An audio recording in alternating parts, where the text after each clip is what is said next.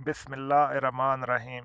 हज़रत आयशा रज़ी अल्लाह ताला अन्हा फरमाती हैं कि हज़ूर सल्लल्लाहु अलैहि वसल्लम ने ये किस्सा बयान फरमाया कि एक मरतबा 11 औरतें ये मुआहदा करके बैठीं कि अपने अपने शोहर का पूरा पूरा हाल सच सच बयान कर दें, कुछ छुपाएं नहीं। इन 11 औरतों ने अपने अपने शोहरों का जो हाल बयान किया सुनिए और हजूर सल्लल्लाहु अलैहि वसल्लम की अज़वाज मुतहरात के साथ मिसाली ज़िंदगी को अपने लिए मशल राह बनाइए।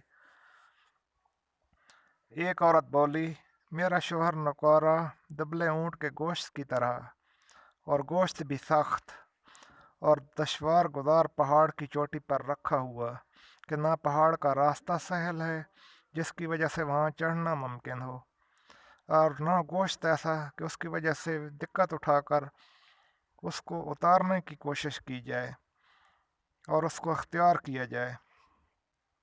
दूसरी बोली, मुझे डर है कि इसके अयूब बयान करूं तो फिर ख़ात्मा का जिक्र नहीं, अगर कहूं तो ज़ाहरी व बातनी अयूब सब ही कहूं।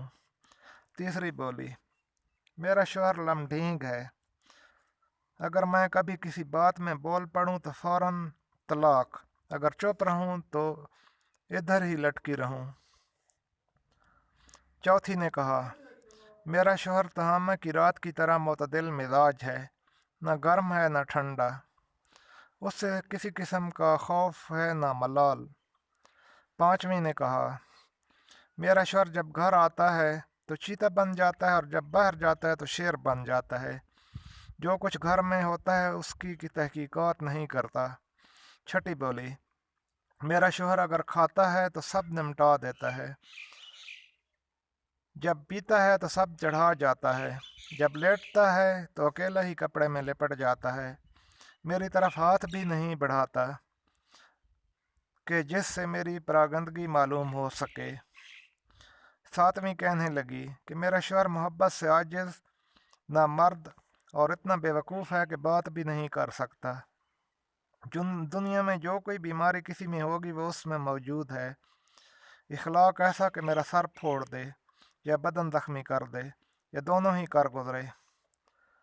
आठवीं ने कहा, मेरा शोहर छूने में खरगोश की तरह नरम और खुशबू में ज़फ़रान की तरह महकता हुआ है। नवीं ने कहा, मेरा शोहर रफ़ी शान बड़ा मेहमान नवाज और ऊंचे मकान वाला बड़ी राख वाला है, दराज कद वाला है और उसका मकान दारुल मशवरा के करीब है।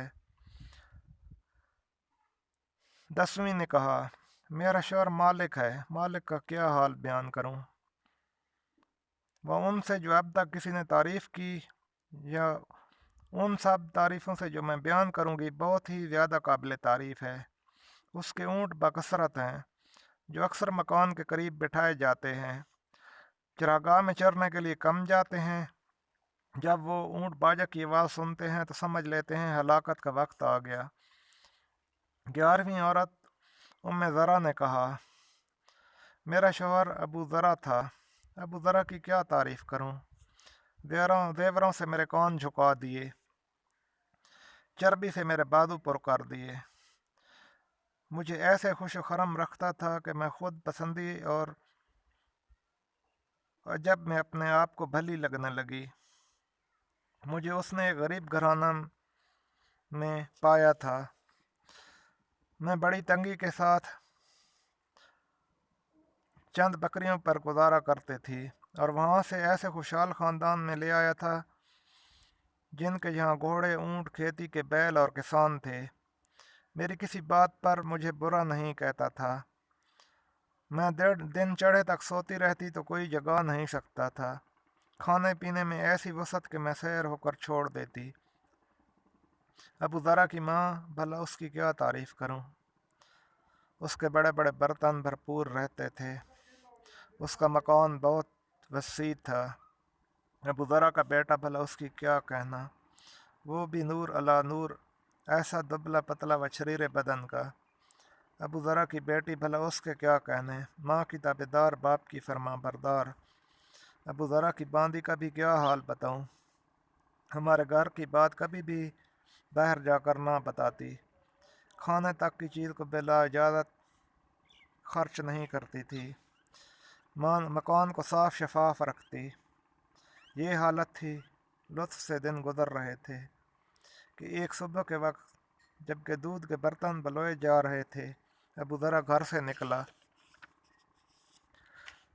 راستہ میں ایک عورت پڑی ہوئی ملی جس کی کمر کے نیچے چیتے جیسے دو بچے اناروں سے کھیل رہے تھے۔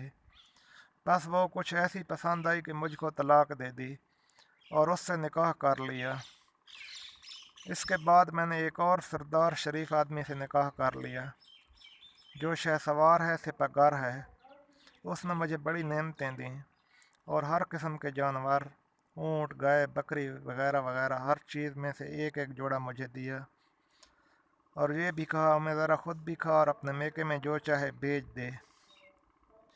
لیکن بات یہ ہے کہ میں اس کی ساری عطاؤں کو جمع کروں تو تب بھی ابو ذرا کی چھوٹی سے چھوٹی عطا کے برابر نہیں ہو سکتے۔ حضرت عائشہ رضی اللہ تعالیٰ عنہ فرماتی ہیں کہ حضور اقدس صلی اللہ علیہ وآلہ وسلم نے یہ قصہ سنا کر مجھے یہ ارشاد فرمایا کہ میں بھی تیرے لیے ایسے ہی ہوں جیسا کہ ابو ذرا ام ذرا کے واسطے۔ طبرانی کی روایت ہے کہ حضرت عائشہ رضی اللہ تعالیٰ عنہ نے اس پر فرمایا کہ حضرت محمد صلی اللہ علیہ وسلم کے مقابلہ میں ابو ذرا کی کیا حقیقت، میرے ماں باپ آپ صلی اللہ علیہ وسلم پر قربان، آپ صلی اللہ علیہ وسلم میرے لیے اس سے بہت بڑھ کر ہیں۔ اللہ جل شانہ ہر مسلم زوجین کو حضرت محمد صلی اللہ علیہ وسلم کا اتباع نصیب فرمائے۔